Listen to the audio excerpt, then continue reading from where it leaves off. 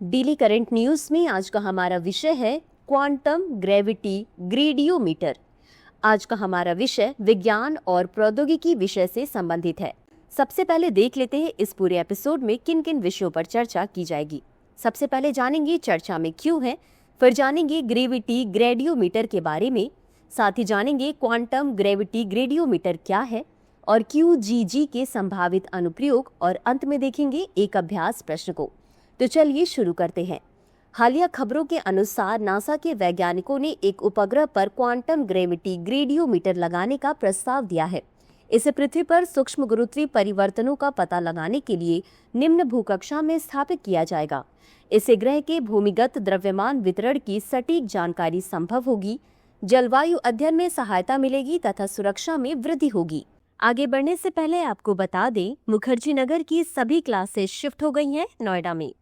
हिंदी माध्यम में IASGS foundation batch 29 अप्रैल शाम 6 बजे से और अंग्रेजी माध्यम में 7 मई सुबह 8 बजे से बैच आरंभ हो रहा है। हमारा पता है C171/2 block A sector 15 Noida sector 15 metro station के पास। अधिक जानकारी के लिए संपर्क करें 8750187501 पर।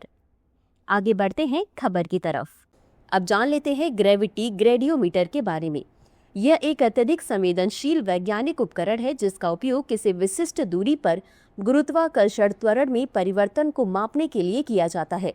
न्यूटन के दूसरे नियम F=ma के आधार पर ग्रेविटी ग्रेडियोमीटर स्थानिक द्रव्यमान वितरण में परिवर्तन के कारण गुरुत्वाकर्षण बल और त्वरण में भिन्नता का पता लगाता है। इसमें तीव्र गिरावट का अर्थ है नीचे अधिक द्रव्यमान जैसे पर्वत, जबकि धीमी गिरावट का अर्थ है नीचे कम द्रव्यमान जैसे एयर पॉकेट या ऑयल रिजर्व। अब जान लेते हैं क्वांटम ग्रेविटी ग्रेडियोमीटर या QGG के बारे में। यह अंतरिक्ष में विभिन्न बिंदुओं पर गुरुत्वाकर्षण त्वरण में अंतर को मापता है।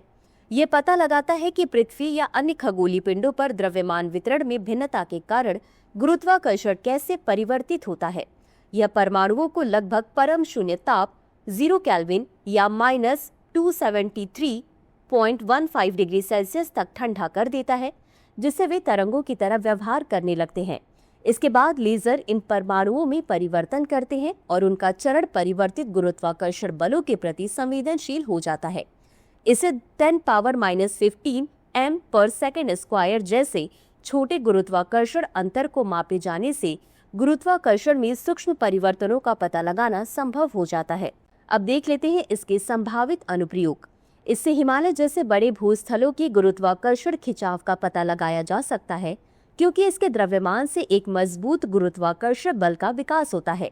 इसके द्वारा जल, बर्फ और भूमि द्रव्यमान में होने वाले बदलावों पर निगरानी रखी जा सकती है, जो जलवायु परिवर्तन एवं हिमनदों के पिघलने के अध्ययन के लिए महत्वपूर्ण है।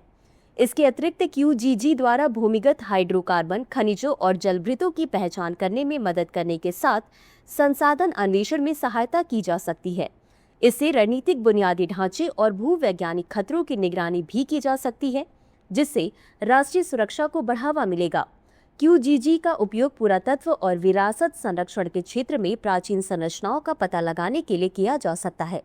यह क्वांटम सेंसर, उपग्रह तकनीक एवं भूभौतिकी में प्रगति को बढ़ावा देने पर भी केंद्रित है।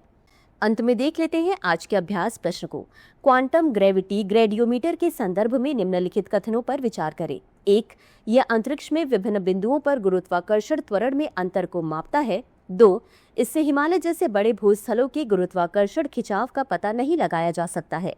उपर्युक्त में से कौन सा या कौन से कथन सही है या सही है? A केवल 1, B केवल 2, C 1 और 2 दोनों, D न तो 1 और न ही 2।